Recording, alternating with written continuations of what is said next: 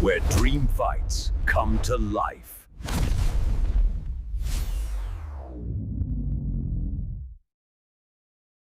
What's going on, y'all? My name is Muhammad King Ball, but from here on out, y'all can call me Brown Sugar. Not sure. I With, like that. and with me today, I got my It, boy, Party Marty, aka the armchair expert. and I'm on that BS today, that Brown Sugar. So we're gonna talk. We're gonna talk about the fight that's coming in tomorrow night or tomorrow morning. hmm Yeah. There are a few good fights in that card. Junto Nakatani has a fight coming up. I'm not sure who the guy he's fighting is, but I saw the breakdown of it.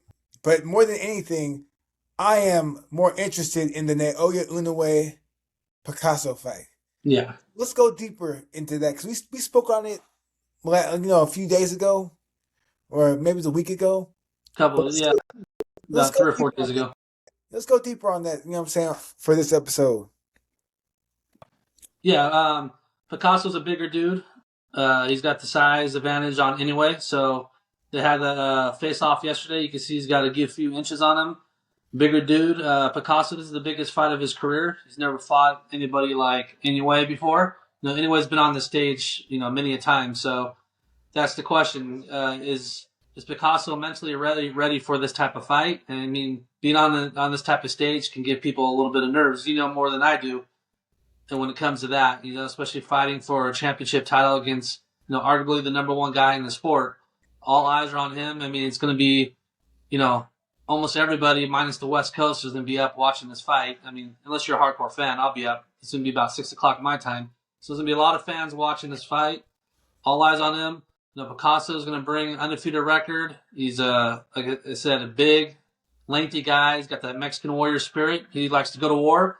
So this is the type of fight I agree with Inoue's dad. Inoue's dad saying sometimes he gets a little too excited in the beginning. He wants to knock his opponents out, and that's what got him in trouble in two fights where Inoue got dropped. He likes to open up, and he drops his right hand when he's inside the pocket, when he gets a little anxious, excited. So his dad says he wants him to fight out of his range, work behind his jab, and pick his shots. So I think that's the smartest thing to do. When Inoue is on his game and he's not overzealous, he's probably the best in the sport, especially when it goes to breaking his opponents down and getting the finish. So I think for Picasso to win this fight, he's going to want to bring the fight to Inoue. He's going to want Inoue to open up so you can counter him to the body and to the head. I mean, Picasso has a beautiful left hook to the body and a beautiful left hook to the head. So that's the combination he likes to throw, and that's the combination he's going to want to look for. That's what got Inoue in trouble and dropped in two fights previously. So for Picasso to win, he's going to need to get, like I said, Inoue opening up, get inside, work the body and head. Hopefully he can, walk him down and stop him because he's the bigger guy. That's what he's going to want to do. For Inoue, he's going to want to fight at his range, use his footwork, use his jab, his speed, and him being the smaller guy, he's also going to want to work that body too. That's the advantage to him, and he's the best body worker in the sport. So for Inoue to win this fight, just pick his shots, go to work the body early, break him down, and don't be overzealous, and don't go looking for the stoppage too fast because this kid's tough, so he's going to want to go to war. So it's going to take a little bit to break him down. And I think Inoue can fight smart, he'll do that. That's my opinion. So the winner, I think, I'm liking Inoue by maybe 10th or 11th round stoppage, just because he's going to systematically break him down. Man, we're giving them too much. You're giving them too much. Hold on. You're giving them too much. You're giving them too much information right now. So let's slow it Oh, my down. bad. Sorry. This fight was set to happen, I think, one time before last year, from what I understand. And I guess the money wasn't there, and Picasso turned it down. Yeah, he did. So now they're running it back. Picasso's 25 years old. What, he's 5'8", 5'9"? Yeah. He has the reach. He has the youth. Three, He has the three or vigor. four. Mm-hmm. Look, Inoue in those pictures, he looks a little older. Now, Inoue has the experience and technique. He has the power. But man, sometimes, just sometimes, Father Time can reveal himself.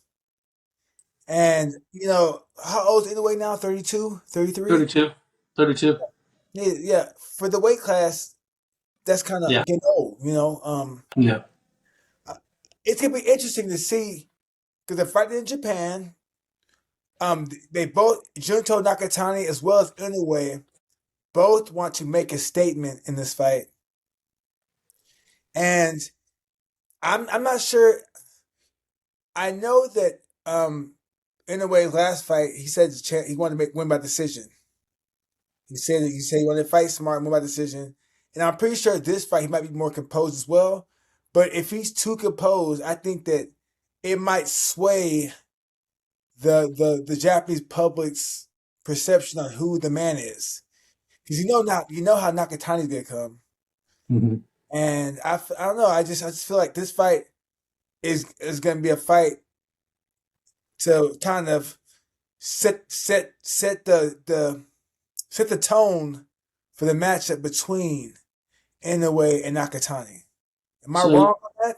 So you're feeling there's pressure on Inoue to perform and score a knockout because you think Nakatani's going to come out and do what he normally does and get a stoppage. So you're saying all eyes and pressure right now is going to be on Inoue to keep that title in terms of being the best in Japan. Think about this, man. How many times have we seen two fighters have fights lined up Yeah, and they had a fight scheduled afterwards? Anthony yeah, Joshua, Deontay Wilder. There are plenty of fights have happened where there's a spoiler. yeah. Now I'm thinking, I'm on that BS again, that Picasso might be that spoiler. Huh? Well, let me throw a little bit of my light brown sugar in the mix here, since you're a little bit you're a brown sugar and my light brown sugar. Let me throw that in there. I mean, the possibility because a lot of people. I think this is a lot of happen with Mayweather all the time too. When a big fighter or a great fighter has a big fight coming up, there's always some type of rumors going around the internet. People are getting nervous because it's a big fight. They don't want to see their fighter lose. So there's always something with some BS. I remember videos and saying, "Oh, Floyd got hurt in sparring." Prior to this fight, this happened for like literally 5 fights in a row.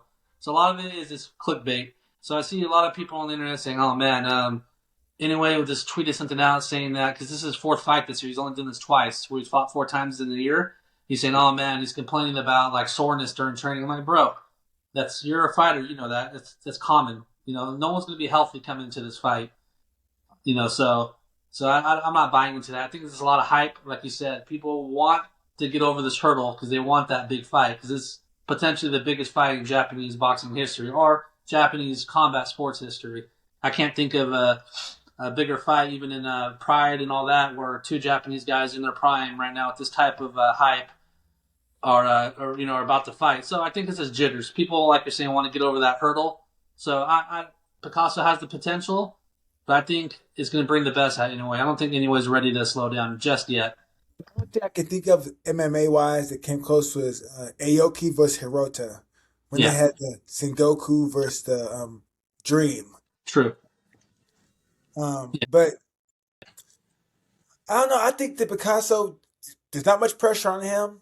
He's relatively unknown, 25 years old. He puts his punches together pretty well. He goes to the body pretty well.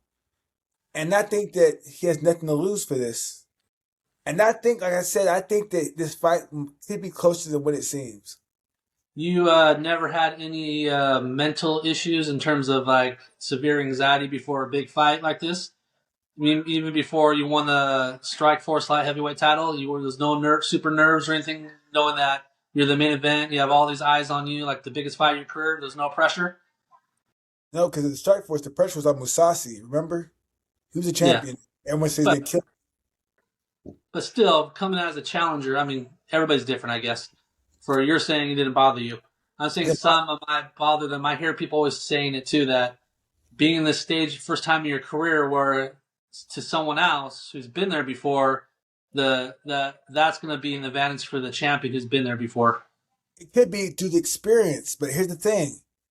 Everyone's saying that Picasso will get knocked out. Everyone's overlooking Picasso because they're focused on the Junto Nakatani fight.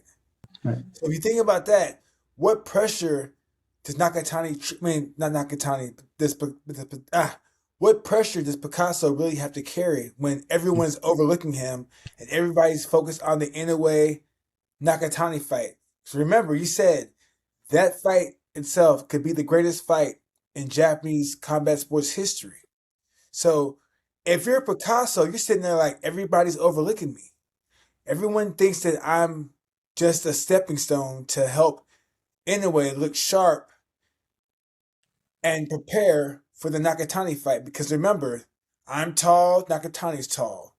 The only difference is Nakatani's a southpaw and I'm orthodox. Now Nakatani does throw a lot of punches, so does Picasso. They both have good punch selection. So I'm pretty sure that the masses are looking at this fight as a tryout or a tease for the fight that's happening next. Yeah, yeah, I agree. I think the speed though is in Nakatani's favor. I think he's might be a little bit more defensive sounded too, but both guys want to come forward. So I have watching a lot of I was watching Nakatani's film yesterday, doing more study about his past fights. He's yet to have a guy, put him on his heels. So that's the question. Can he fight off his back foot? Can he fight when someone's in his face? That's the question. Or if he's hurt. So I'm about to cut you off, but I don't think the Inoue is gonna really try to fight him. If you try to step into Nakatani too close, you're gonna eat those uppercuts. And so right now, folks, we're talking about. Let's just go ahead. Let's talk about the potential fight that's yet to happen. so Let's so discuss Nakatani versus Inoue right now. so you're saying Picasso could be a spoiler, but you're leaning with anyway. Yeah, Picasso could be a spoiler, but I'm leaning Inoue. But I wouldn't be surprised if Picasso makes Inoue look human because so far, even though he's been dropped, he's looked super like a meta human, like a mutant. He's looked Yeah, spectacular. Even in the times he's been dropped, he's looked yeah, great.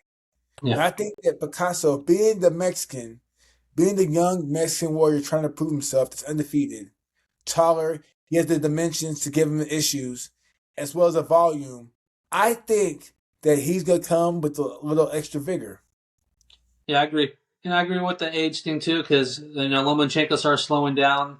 The more he moved up in weight, and the older he got. Like you said, when you're small in that weight class, you need footwork and speed, and once that goes, it's pretty much a wrap for you, especially at the smaller weight classes. So yeah, that little bit of slippage for Inoue could cost him. Happened to Donier too. Once you slip at that weight class, happened to Chocolatito. Once you slip at that weight class, you're gonna have some problems against small, younger guys who are gonna move faster than you. So Yeah, yeah, age could be a factor, like you're saying, in terms of boxing years. He's been doing this a long time. A lot of championship rounds, sparring. We've talked about this. The guy we've seen his sparring videos. He goes and spars guys, bigger than him. He goes all over the world and looks for the toughest sparring partner. So that could play a role too. So we'll see. yeah. I'm excited for it.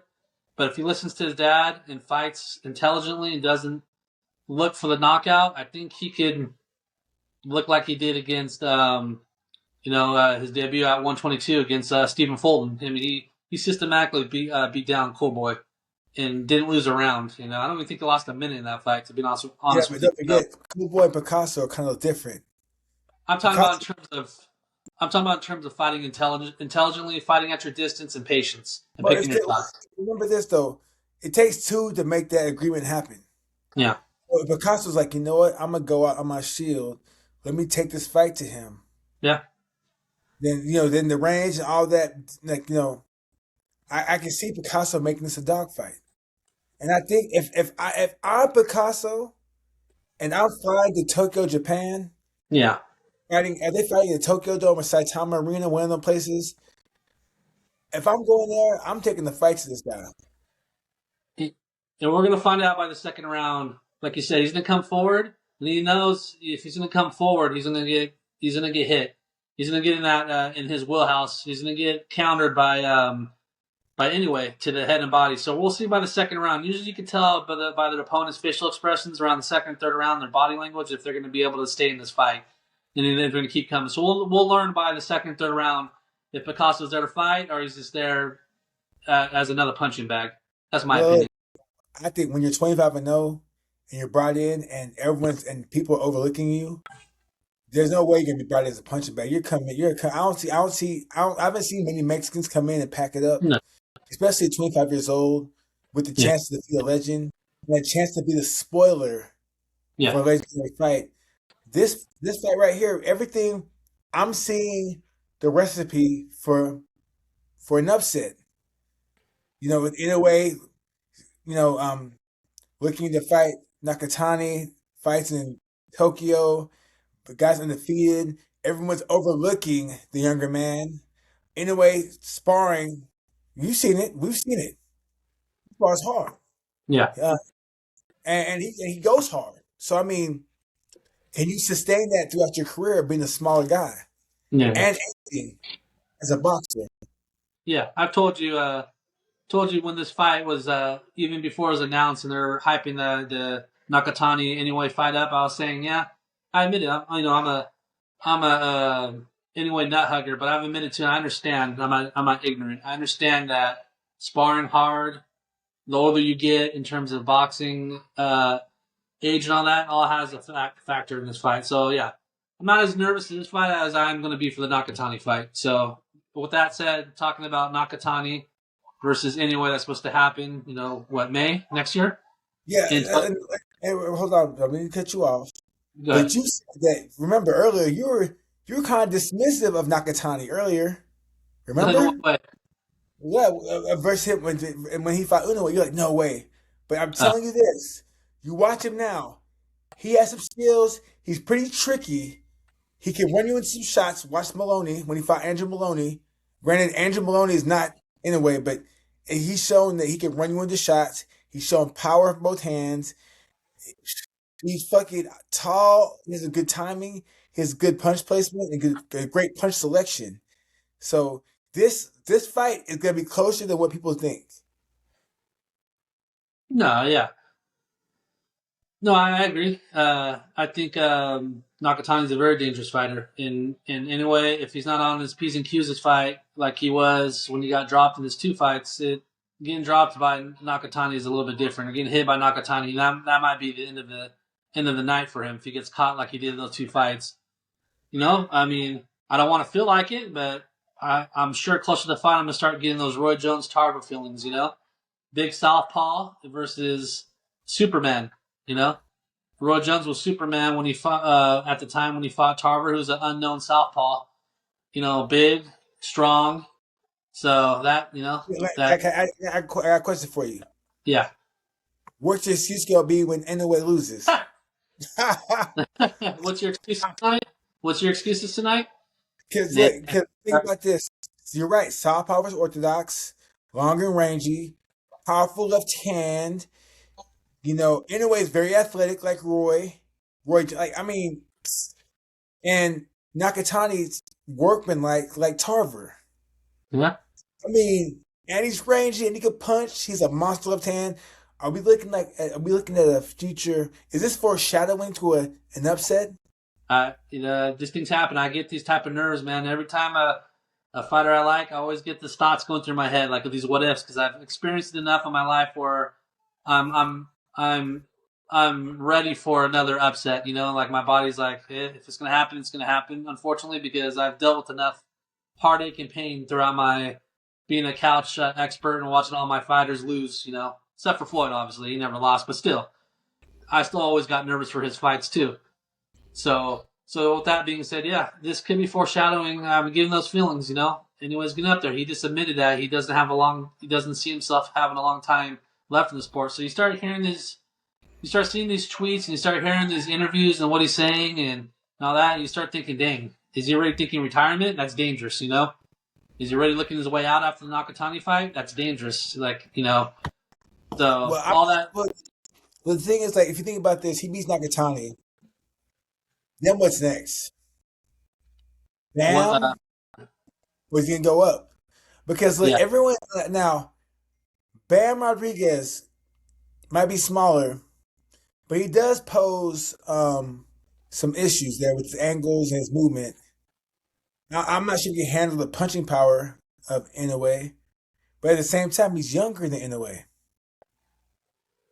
And over time, when you have those tough workouts and those tough training sessions and tough sparring sessions, Father Time does creep up and tap you on the shoulder and whispers in your ear, "It's time to slow down." So, this is interesting, man. I'm excited for the fights tomorrow. Yeah. I'm very excited. I love Inoue. I love Inoue because I told my boys, I was like, back when Chocolatito was doing his thing, I said, man, Inoue would smash him. And they didn't want to hear me. I was like, Inoue's the man. They weren't trying to hear me. They were like, what did he do with Carlos Quadras? I'm like, he'd smash him too. I'm Yeah, like, no, we're doing something different. And Chocolatito's a great fighter. Roman Gonzalez, right? Roman yeah, Gonzalez, great Chocolatito. fighter. Yeah, but I think Inoue is great as well, but just in a different way, more dynamic. Yeah, they were supposed to fight at that time. Well, they didn't cross paths. Well, no, they were both at 115. Roman kind of was going another round. He was starting to lose. Yeah, and he got upset by the Thai kickboxer. Yeah, I yeah. forgot, what's that? The tie, yeah. Yeah, I forgot his name at the time, but he was a hard hitter. Younger size, something like that. Or I forgot. Yeah, young something like that, Sorosai or something like that. But yeah, Bam kind of caught these guys at the end of the kind of after they all had wars with each other. Not taking anything away from Bam in his resume. I mean, he fought the guys he was supposed to fight. So if I was anyway, honestly, I would stay away from 126. There's no really point. I know everybody's trying to say, "Oh, go up and fight Tank. Go up and fight Tank. You can fight at a catch weight." Like Tank should be worried about guys his size, not picking off smaller guys. So if I was in Team Inoue, the best way to do it, think about money. Like you said, he's getting older. This is what I would do. My last three fights would be this fight tomorrow, Picasso, Nakatani for the biggest fight in Japanese history. He's going to make huge money, and then call it a career against Bam. or It'll be Sam Goodman. What about Goodman or Ball? that. They're not. They don't pose any problems. Well, I'm saying, but they don't put any problems. But that also could be big fights because we don't know what's happening with Tank as far as well, the Tank fight won't happen. Yeah, it After won't happen. Nakatani, let's say it gets past Nakatani. Goodman or Ball are some big fights that could take place in Riyadh, Saudi Arabia, or in the UK, where Yeah, boxing is hot right now. Boxing's right. hot right now in the UK. Yeah, maybe. I mean, yeah, like I said, I'd rather see Bam, like in my opinion, because like you said, he poses more problems than anybody else right now in the division, other than Nakatani, in my opinion. Just because of his skills, everybody wants to see that, fight. To me personally, I'm on what you're saying. I don't think Bam can handle the power, in my opinion. That's gonna be the separate. That's gonna be the deciding factor. Anyway, this hits way too hard. He hits like a welterweight. I mean, you can hear the shots when he's landing. Bam's more of a precision guy. When he's slipping in and out, turning you with footwork, he catches you when you don't see the punches coming, and he breaks you down. Anyway, has that one punch knockout power. We've seen that. I mean, when he hits you, it's devastating. So I think that's going to be too much for Bam, but I still love to see it. I love the little guys and big guys. I was always told you that. Growing up watching Pride and watching K1 and watching all those guys. Watching the smaller guys like KO Kai Konorsing. I just posted that fight when he knocked out Mighty Mo with that freaking head kick. Yeah, I'm Coach. all about little guys challenge themselves. You did it your whole career too. You moved up to weight and challenged yourself. I respect that, and hey, David versus Goliath. You never know what's going to happen until they step in the ring. So that's what I would do if I was anyway. Just think about all the money that you're going to make, and at the end of your career, go out like that. Who cares? Go out the Canelo route. Yeah, it'd be interesting because this would be probably the first time anybody's fought a smaller guy Yeah, in a while. yeah, Yeah, yeah, yo. So Bam does present um the movement and the angles and the defensive responsibilities, pretty defensively sound.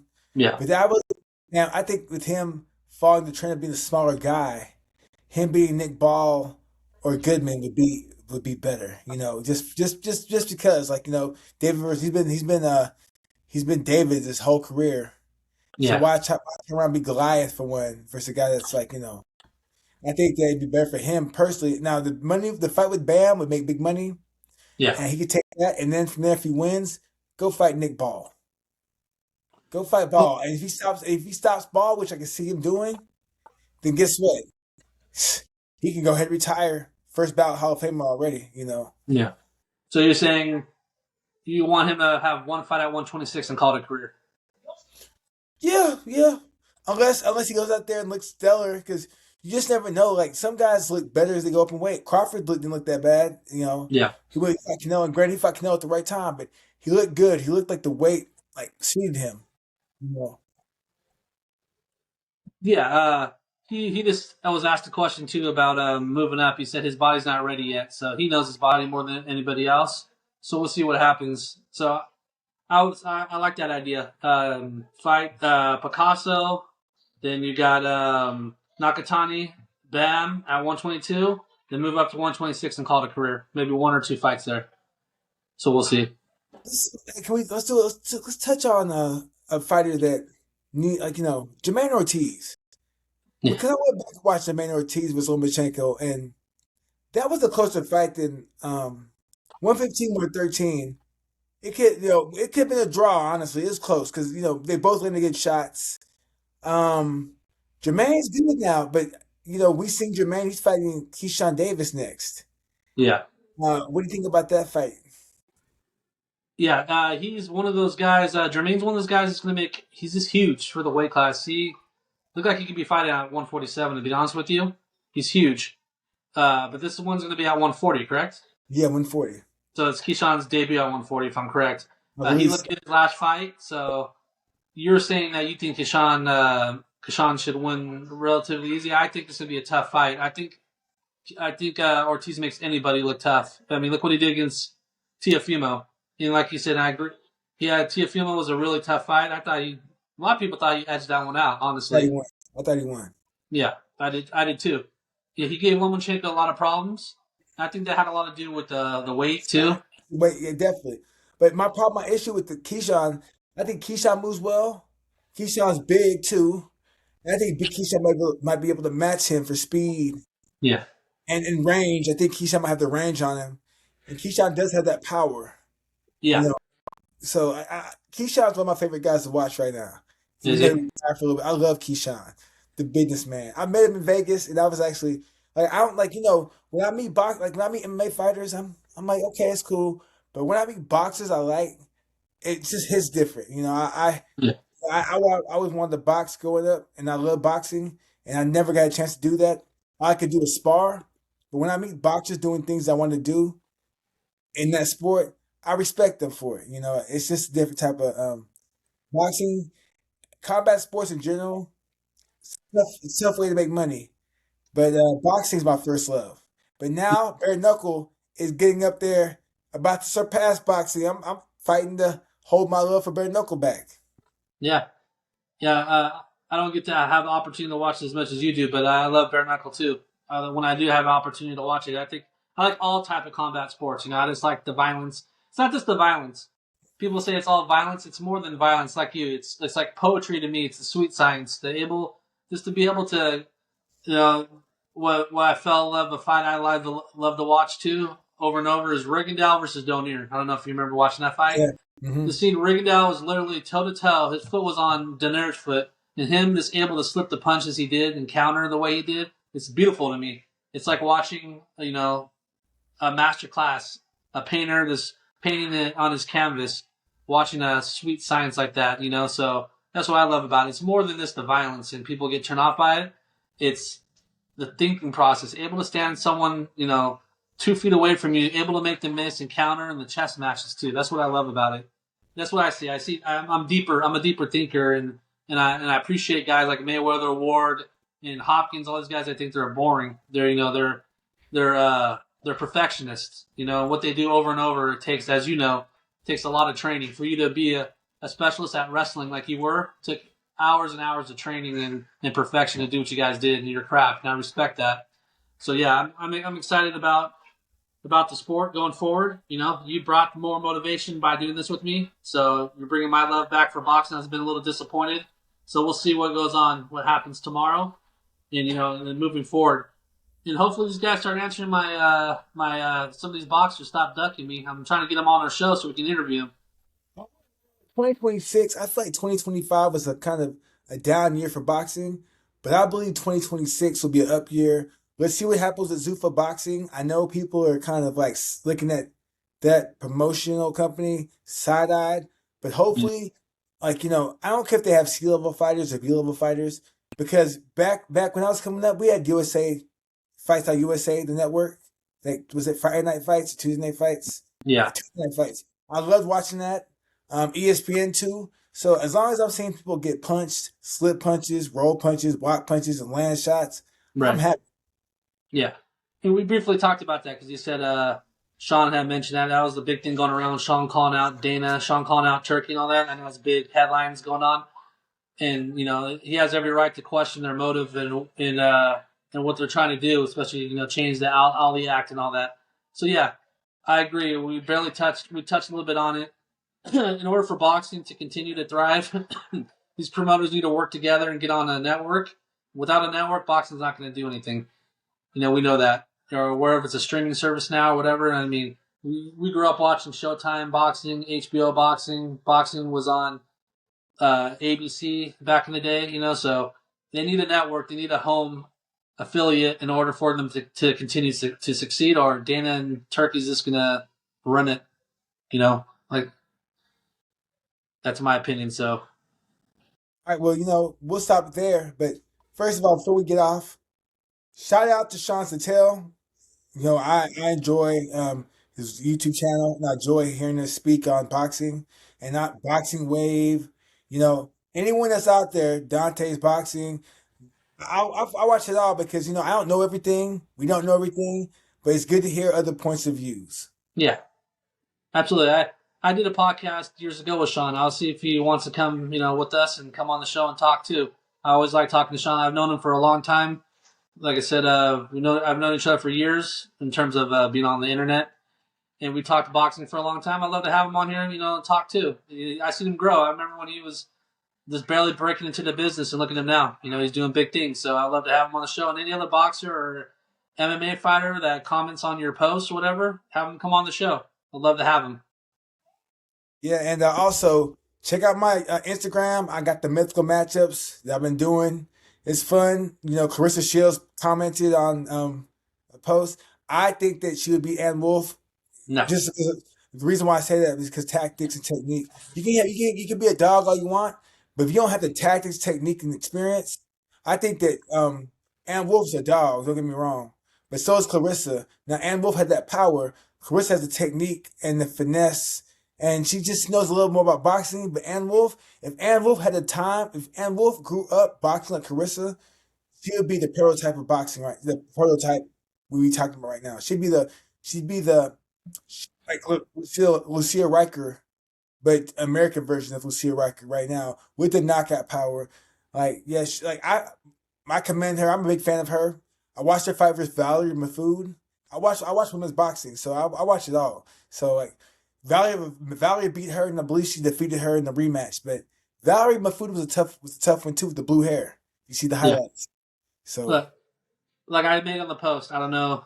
Close to if you saw it, again, I'm not, no disrespect. Like I said, this is coming from my point of view to seeing your fights, seeing your sparring against that dude, and then seeing your fight where you got dropped and you're susceptible to the left hand in terms of exchanges in the pocket. And I think you get hit by Anna Wolf and her left hand might do some damage. That's my opinion on her. I think the power in that left hand, the closer it gets caught, she's been dropped twice in her career, one in sparring, one in the fight. This came from a left hook. So that's my opinion. You get hit with the left hook by Anna, it's a different monster, bro.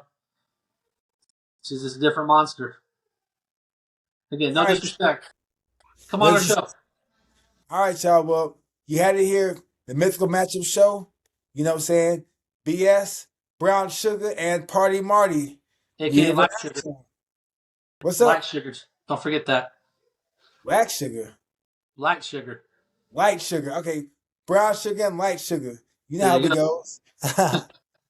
All right, y'all. Hope you enjoyed our show today. We'll be back tomorrow to discuss the outcome of the fights. Yeah. The Picasso Inoue fight. Yeah, it's on 6 o'clock. I heard I think the ring walks, if I'm correct, for the main event at 6 o'clock Pacific Standard Time, so my time. Yeah, so it'll be 9 a.m. here. Yeah. All right, Then. y'all. Take it easy. Peace.